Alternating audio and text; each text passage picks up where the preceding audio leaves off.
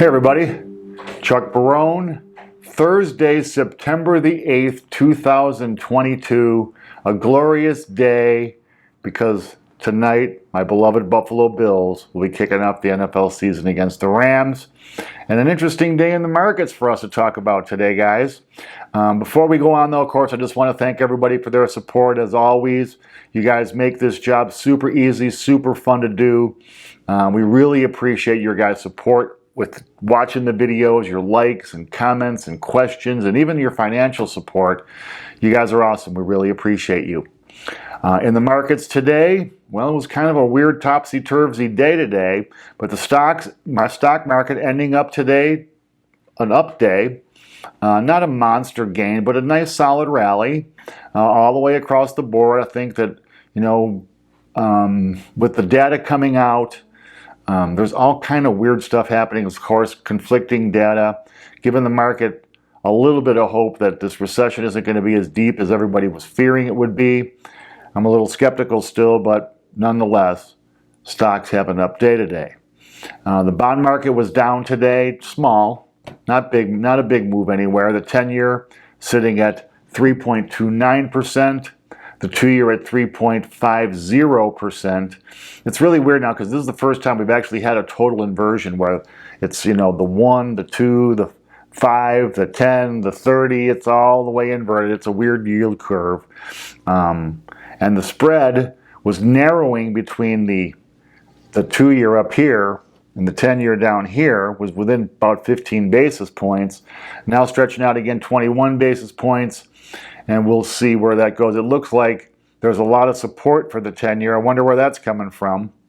And it's holding its own, but the market's still not liking rates sitting here and probably to go up.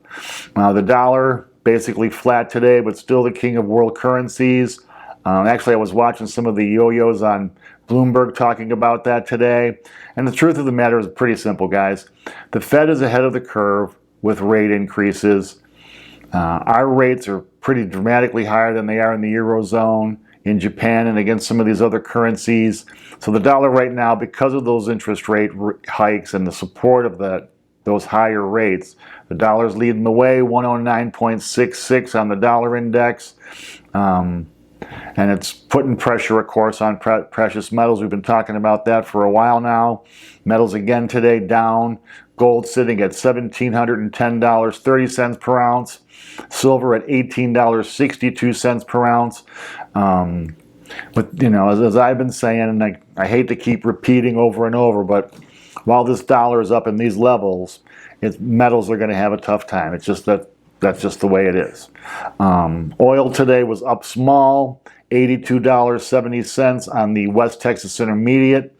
Natural gas had a decent update today, up about 1.5% at $7.96 for their million British thermal units. We'll see where this Russia thing goes. I think natural gas still has some upside, depending on how it plays out with Russia. But I think Russia's now pretty much made up their mind that they're going to cut the gas off. And I guess they have reason to do it, I guess. It's when you feel like you're being wronged with sanctions and you have this tool to fight back with, it's only natural that you would. Bitcoin today had a decent day, up small, but getting up to around $19,350, holding support. Would like to stay well above that 18.5 support number. Having an up day was good for Bitcoin because I've just been reading some harrowing articles about it. The contrarian in me says maybe it's time for Bitcoin to rally a little bit, but some of the things these articles are pointing out, and you Bitcoin investors are seeing all this stuff too. Pretty dire predictions for Bitcoin. So it's nice to see it have a little support. I'd like to see it get back above 20,000 and stay there. We'll see where Bitcoin goes over the next couple of weeks. And news you guys need to hear today, some important stuff coming out today. Big news on unemployment. The initial jobless claims come out. Another strong report. Jobs are plentiful apparently. People are not needing to go get unemployment. Unemployment coming down even though the rate is going up because of this labor participation thing. Again, all kind of crazy conflicting data that's difficult to interpret, but what this unemployment report is telling us is the job market's still strong. There's jobs out there. If you're looking, you should, depending on where you are, of course, there's jobs to be had. And again, that kind of puts pressure on the Fed. I think that lends a little more evidence to the idea of a 3/4 point rate increase coming up toward the end of the month here. Other important news today, the ECB today came out. Their meeting was a couple of weeks ahead of ours, and they actually raised their interest rates 3/4 point for the European Central Bank, the biggest rate increase they've ever had since they've been in existence, bringing the European rate from 0 to 0.75. So they're actually now out of negative territory. They're above 0. I think the ECB, if they would have had their way, probably would have liked to raise rates even more than that. They just didn't want to completely blow their markets up there. The ECB understands they got a way to go with getting rates to normal, and they're going to be in the market as well. You know, Italian bonds and some of these other weaker bond issues are getting support from the European Central Bank in their bond buying program. So get ready to write some checks, European Central Bank, because some Italian, Portuguese, and some other, Greek bonds are going to be coming into your portfolio. Also today, the consumer credit report came out. They're calling it great news, guys. It's just according to the consumer credit report today, the consumers in the United States borrowed another $23.86 or $0.8 billion in July. Now that's down from $40 billion in June, but that's $63 billion of additional debt consumers have layered onto themselves over the past couple of months. I guess it's $23.8 billion or $24 billion, whatever, better than $40 billion, but I just hope these people understand they understand what they're doing, because with rates going up, this debt is going to get more expensive to service. Every time you write those checks every month to pay those bills, or however you electronically pay, whatever, there's, in my world at least, I'm speaking for my own self. There's no day I hate more than bill pay day. And every time I have to write a bill, like if I charge something on my credit card to pay that credit card off, makes me grind my teeth a little bit. So I hope people know what they're doing with this debt, and I hope you guys have been listening to the advice we've been given and doing everything humanly possible that you can do to not layer on any more debt. Also, big news today, we had St. Jerome out talking today, scaring the crap out of the market. Very hawkish stance.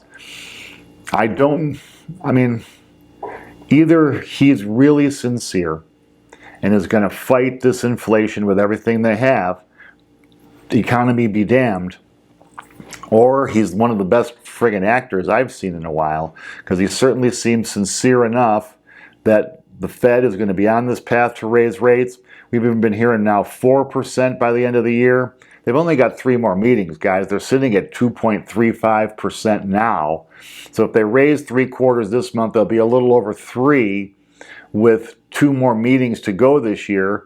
You really think we can get it above 4? You think half a point in those 2 meetings, 4% Fed funds rate, likely a 6% or so 10-year rate, or 30 mortgages will certainly be in a catastrophic number there, probably above 7%. We'll see if St. Jerome of Jekyll Island has the stones to do this stuff. Very, very tough speech he gave today. Also, speaking of rates and mortgages, mortgage rates now have been kind of ticking back up. They went above 6%, then they were tacking down to almost 5.25%. Now they're been going back up, over 6%.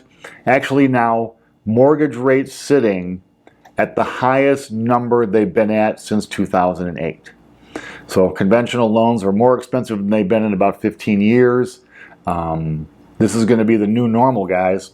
So we're going to see what that does for prices. We've already been kind of predicting that prices are going to have to come down to match those new higher rates.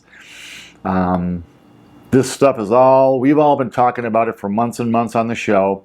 You guys have been listening in, you know what we've been predicting and what we've been saying. It's all starting to happen now. And not only happen, but pick up speed and happening faster and bigger than it was in the beginning when we first started talking about it. That's pretty much what we have today.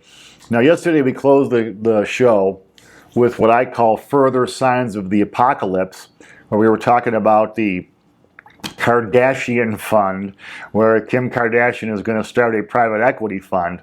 I thought that was fun, and with all this negative stuff going on here today, I thought I'm going to start using, while we have negative days, I'm going to close with further signs of the apocalypse. And today's further sign of the apocalypse is a really amusing one, just to give you an idea of how the haves are doing with this recession and inflation right now, as opposed to us working stiffs who are dealing with struggles at the supermarket. Here in Vegas, it's almost like one of these showing off things in Vegas.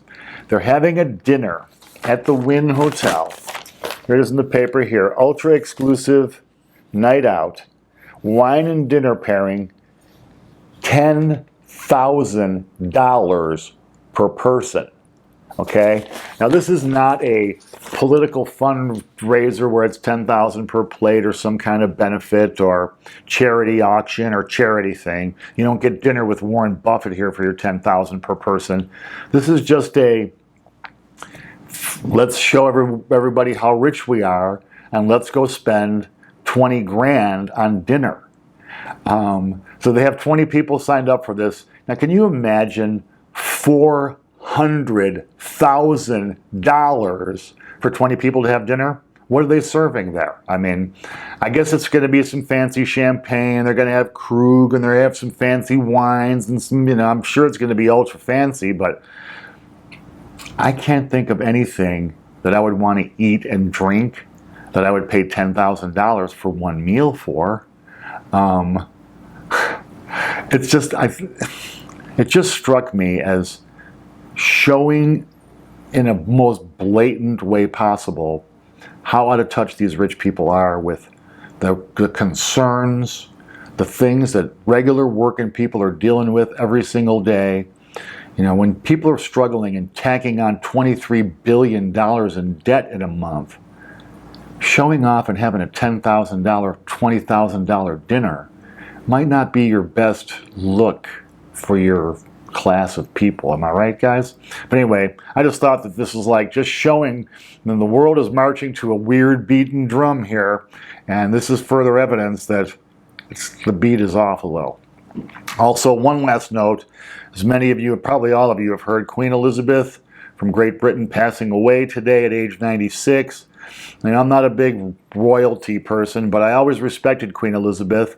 I felt like, regardless of her policy, which she was not a big policy person, but I felt like she was the old school, dignified, classy type of upper class.